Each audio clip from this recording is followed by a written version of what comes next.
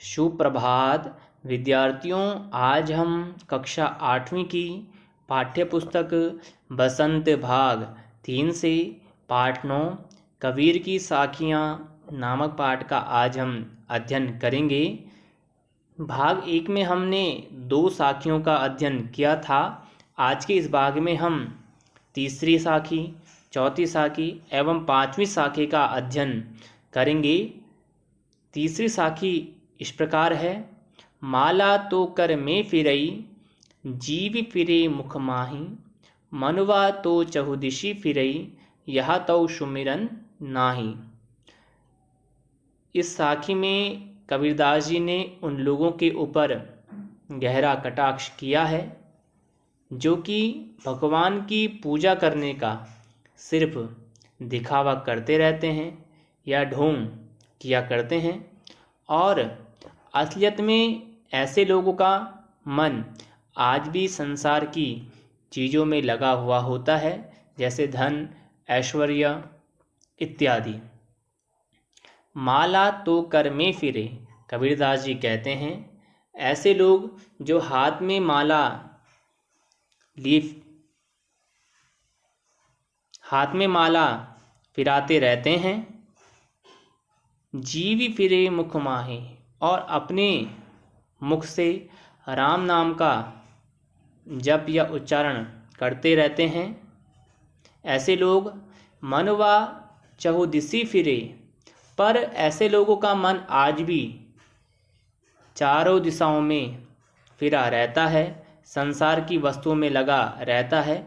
यह तो सुमिरन नाही, ऐसे लोग भगवान की पूजा करने का केवल दिखावा या ढोंग करते हैं। कबीरदास जी कहते हैं हमें कभी भी दिखावा या ढोंग नहीं करना चाहिए। यदि हमें भगवान की पूजा करनी है तो भगवान की पूजा हमें सच्चे मन से भगवान के चरणों का स्मरण करते हुए करना चाहिए। हमें कभी भी दिखावा नहीं करना चाहिए कि मैं पूजा कर रहा हूँ या कोई अन्य कार्य कर रहा हूँ। हमें जो भी कार्य करना होता है या हम करते हैं उसे हमें सच्चाई से, निष्ठा से करना चाहिए। यदि हम भगवान की पूजा करते हैं तो भगवान की पूजा करते समय हमें कोई भी आडंबर या ढोंग नहीं करना चाहिए। हमें सच्चे मन से भगवान का स्मरण करना चाहिए। यदि जब हम भगवान का स्मरण कर रहे होते हैं तो हमें अपना मन क्या एकाग्र करना चाहिए। ऐसे नहीं कि हमें संसार की वस्तुओं में या चीज़ों में हमारा ध्यान, मन इधर उधर घूम रहा है और फिर हम जो है भगवान का स्मरण कर रहे हैं। जब भी हम भगवान का स्मरण करें तो हमें अपने मन को भगवान के चरणों में लगाना चाहिए और एकाग्र मन से भगवान का स्मरण करना चाहिए। चौथी साखी इस प्रकार है। कबीर घास ना निंदिए, जो पाँव तली होई, उड़ी पड़े जब आँख में, खरी दुहेली होई। इस साखी में कबीरदास जी ने हमें जीवन के छोटे छोटे वस्तुओं के महत्व के बारे में बताया है। यानी कि इस दोहे में कबीरदास जी कहते हैं कि अगर आप कहीं जा रहे हैं तो आपकी पैरों के नीचे आने वाले छोटे छोटे घास के तिनके, धूल के जो कण हैं, उनकी आप बिल्कुल भी निंदा मत करिए, क्योंकि ये छोटे छोटे घास के तिनके जब हवा के साथ उड़कर कभी आपकी आँख में पड़ जाते हैं तो क्या होता है आप सभी को पता है। यदि कभी हमारी आँख में कोई घास का तिनका गिर जाता है तो हमें बहुत ज़्यादा कष्ट होता है, दर्द होता है। कबीरदास जी इस साखी में यही बताना चाह रहे हैं कि हमें अपने से छोटे व्यक्तियों की कभी भी निंदा नहीं करनी चाहिए, चाहे वह व्यक्ति हमसे ज्ञान में, शिक्षा में उम्र में, जाति में छोटा क्यों ना हो, हमें कभी भी अपने छोटे व्यक्ति की निंदा नहीं करना चाहिए। चाहे वह व्यक्ति ज्ञान में छोटा हो, शिक्षा में छोटा हो या जातिगत छोटा हो, तो हमें कभी भी किसी की निंदा नहीं करनी चाहिए। जैसे एक घास का तिनका हमें बहुत कष्ट पहुंचा सकता है, वैसे ही जो समय आने पर जिसकी हम निंदा कर रहे होते हैं या करते हैं, तो वह हमें आने वाले समय में कब जो है कष्ट पहुंचा दे। इसलिए हमें जो है सबके साथ समान भाव रखना चाहिए, सबका सम्मान करना चाहिए, आदर करनी चाहिए। यही बात इस साखी में कबीरदास जी कहते हैं।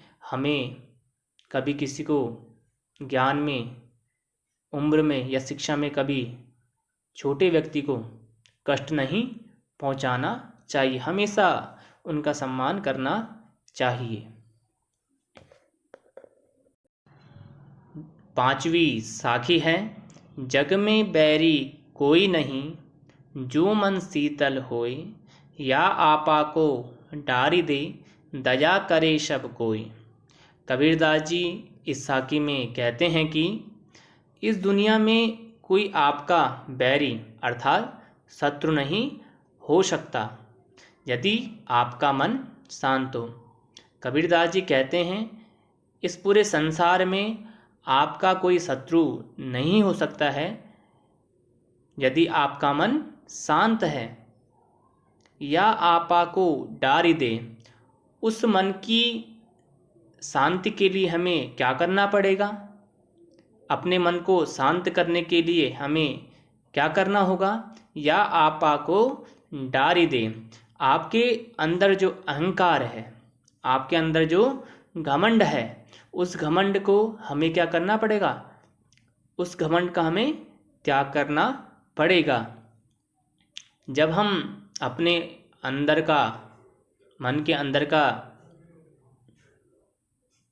घमंड या अहंकार को त्याग देंगे तो उससे क्या होगा? उससे हमारा मन शांत होगा और दया करे सब कोई, और पूरी दुनिया में सारे लोग हमेशा आपसे अच्छा व्यवहार करेंगे।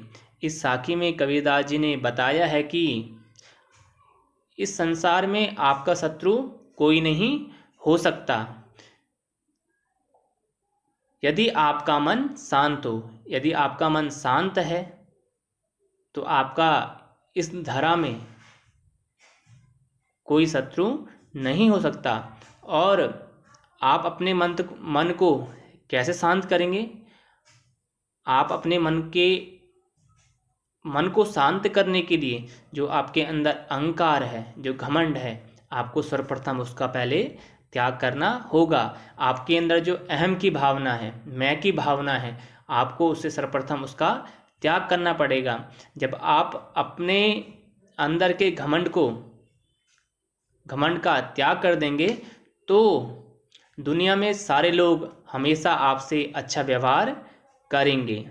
तो विद्यार्थियों, आज हमने आपकी पाठ्य पुस्तक बसंत भाग 3 से पाठ 9 कबीर की साखियाँ नामक पाठ का आज हमने अध्ययन किया। धन्यवाद।